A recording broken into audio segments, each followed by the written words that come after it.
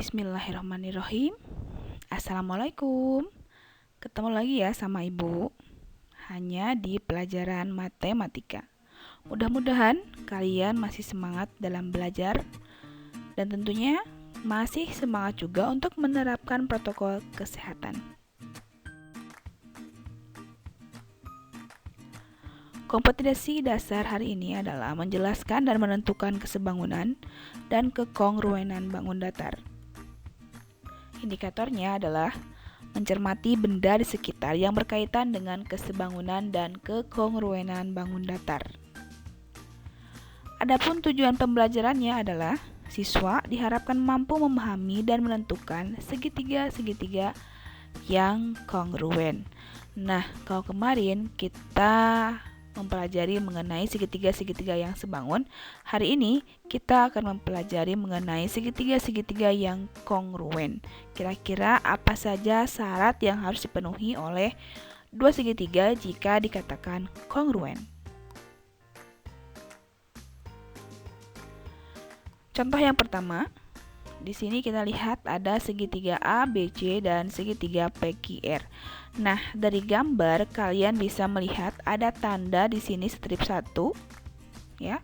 Kemudian strip 2 dan juga strip 3. Nah, di sini di soal mungkin nanti tandanya berbentuk seperti ini atau bahkan dengan angka. Kenapa ada hal itu? Agar dapat memudahkan kira-kira nanti untuk pembuktian kekongruenannya bisa dilihat dengan hanya melihat gambar saja atau tanpa diuraikan. Nah, untuk contoh yang ini kita akan uraikan dulu. Kita lihat di sana bahwa strip 1 yang pertama itu ada di garis AB dengan PQ sehingga panjang AB sama dengan PQ. Begitupun dengan BC sama dengan QR karena mempunyai dua strip yang sama. Lalu AC itu sama dengan PR. Sehingga segitiga ABC dan segitiga PQR ini memenuhi sifat dua segitiga yang kongruen, yaitu sisi-sisi yang bersesuaian sama panjang, atau istilahnya ditulis dengan S, S dan S artinya adalah sisi-sisi-sisi. Di mana sisi-sisi-sisi ini merupakan sifat dua segitiga yang kongruen, karena untuk kongruen ini banyak sekali syaratnya ataupun sifat-sifat yang mungkin nanti akan kalian pahami. Kita lihat contoh yang kedua. Di sana masih sama dengan segitiga, yaitu segitiga DEF dan segitiga KLM. Kita lihat di sana untuk cirinya itu ada strip pertama, kemudian sudut dan strip 2. Sehingga kalau kita lihat sekilas saja dengan gambarnya, kita dapat mengetahui bahwa garis DF itu sama dengan garis KM. Karena masing-masing mempunyai tanda strip pertama atau strip 1. Lalu ada juga sudut D sama dengan sudut K, sudah pasti. Kemudian ada garis DE itu sama dengan garis KL. Sehingga segitiga DEF ini sebangun dengan segitiga KLM dengan sifat-sifat yang dipenuhinya adalah sisi, sudut, dan sisi.